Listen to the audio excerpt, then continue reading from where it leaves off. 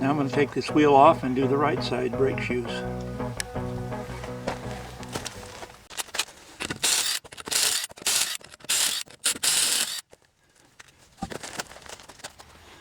Let's see if this drum will come off without any persuasion. Nope, it's stuck. Let's see if a little penetrating oil will do the trick.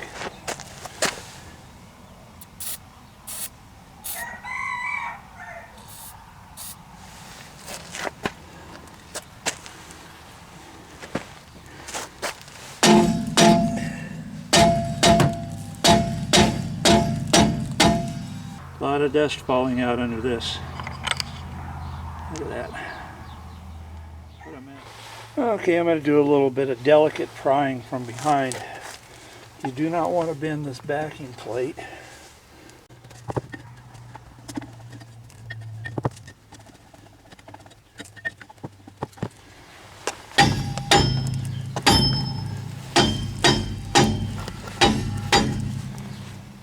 Okay, I beat on it some more.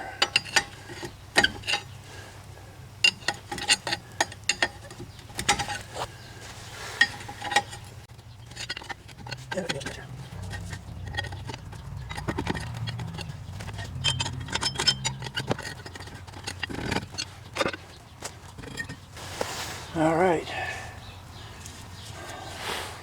A lot of dust in this drum as well. And the shoe is worn quite thin right here. It's just like the other one. I do not see any wet spots around here, so I'm assuming the wheel cylinder is okay. Hub feels okay to me. Now I'm going to clean this up a little bit with some brake cleaner and then go to work. That looks a lot better. This drum actually looks better than the one on the left side. This one's a bunch nicer. Alrighty, time to remove the self-adjusting hardware. Get a bite on this spring and pull it this way and take it down. It goes in where it holds from the back side right here, so it would be like this. It doesn't hold from the circular side there. The new ones, the replacement ones that they sent me, do, but I like this one better, so I will be using the original brakes self-adjuster spring. If it breaks, I'll go back in and try a new one. And of course, this piece just hooks over this area here. Okay, let's back that tensioner off. I think I'm going the right way now. You can take the rubber plug out the back and get to it from there, which gives you a little place to pry on. But once you get past a lot of the tension, this is pretty easy. Alright, I think I'll go ahead and take the spring out on one side. That'll relieve all the tension. Okay, I'm going to be using this tool here as an aid to removing these shoes. Now, I've never used this tool before, but this is not a tool review. This is just a tool that will make removing the shoes easier. The whole idea here is to change the brake shoes, and you can see how it just hooks over the spring and then you use that as a pivot. Now it has a big wide handle, so you can see that you can pull. Now somebody asked me when I did the other side and used a different type of tool to remove the spring, they asked me, well, what could you use besides that? And I suggested a pair of vice grips, but my vice grips will not get in there. I remember to use some eye protection, and this spring has a lot of tension on it, so you don't want it to get away from you. It is held on underneath behind a little finger, and I've got a pair of actually vice grip pliers. They lock in position by pushing this button. You can go up and down, and don't have to worry about them sliding on you. I've used these a lot for other things. But it seems to me like I can get there with this and get a bite on it and pull it back or push it back like that, and then position that spring out of the way, and then it will allow this brake shoe to fall out. I actually wanted to do this side here first, but I got sidetracked. But I suppose you could, well, once your spring's loose, it's not going to be any trouble. This thing wants to fall out, so I'm just going to go ahead and take that out of there now. While I got this out, I want to, this one probably could use a little grease.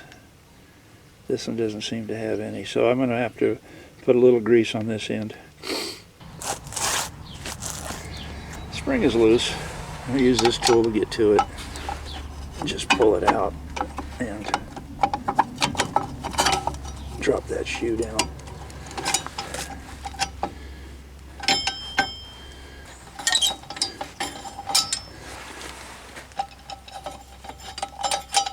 Alrighty, that is out.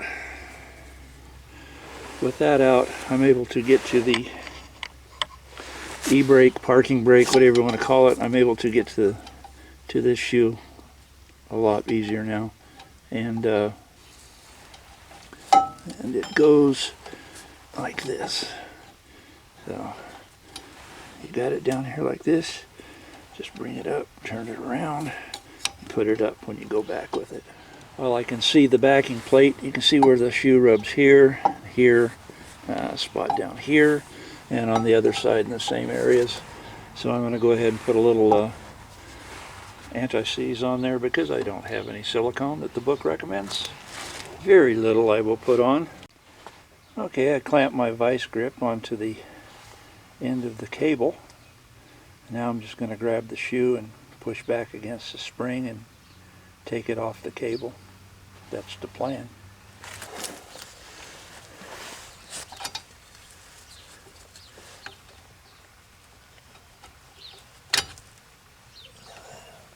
You can see how much room I had just to hook it back over.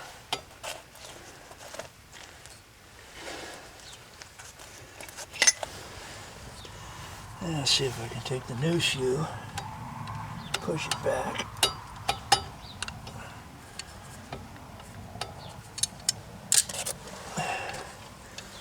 That wasn't so bad. Close it up. Rotate it around.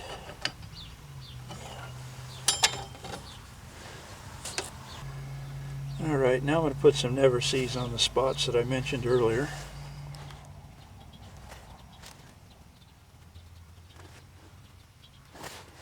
Alright, I believe I need to put that spring back in now, except I'm going to use a new one. Okay, this is the kit. It has new rubber plugs, which I'm not going to use. I'll have some spares if any of these fall out.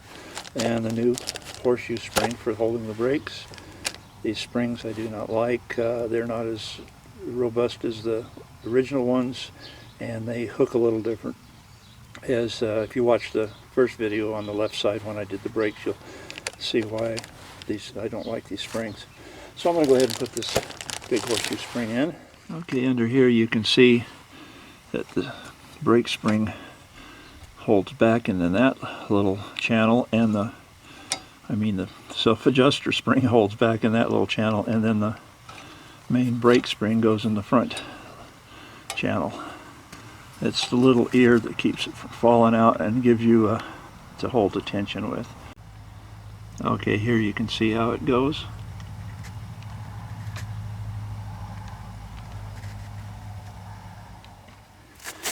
Okay, this is where 3 hands would come in handy.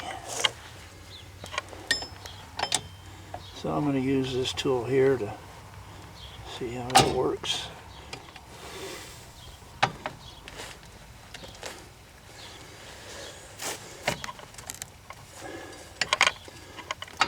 So close. There we go. Okay. I'm using the tool here to hold the spring back, but I gotta tell you, this is no piece of cake.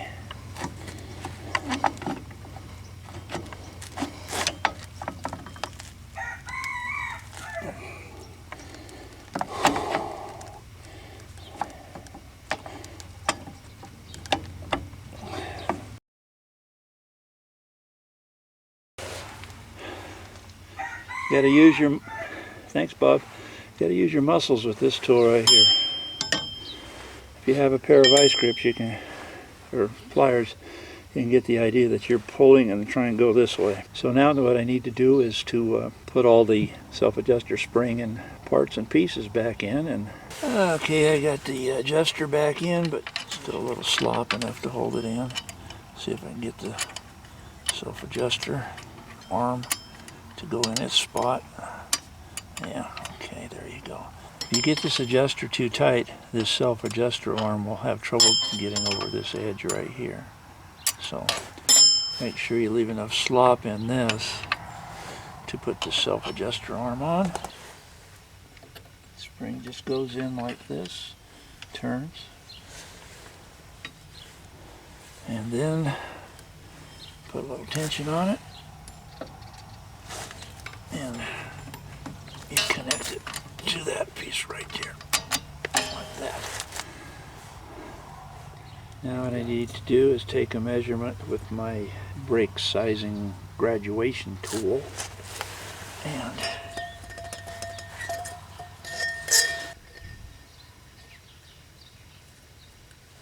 tighten the knob up.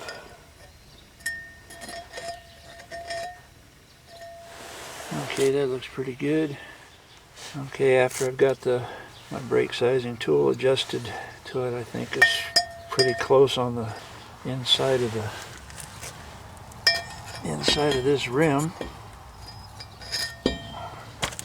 Then I take the opposite end and go about the center of each shoe. I need to take the adjuster now and adjust the shoes out.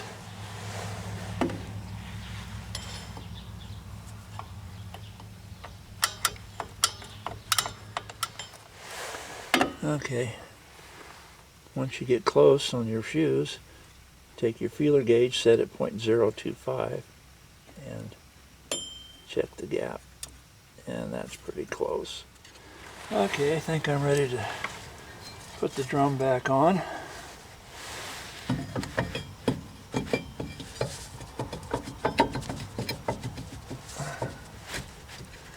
It's a little tight, I will tell you, but it feels good. It really does. I'm going to go inside the car and push on the brakes a few times and come back and spin this. Okay, I pushed on the brake a few times, get the shoes set and the drums a little bit. That feels really good. Okay, time to put the tire back on. This job is complete. This is the tool I use for this job. It'll do the job. It'll make you work.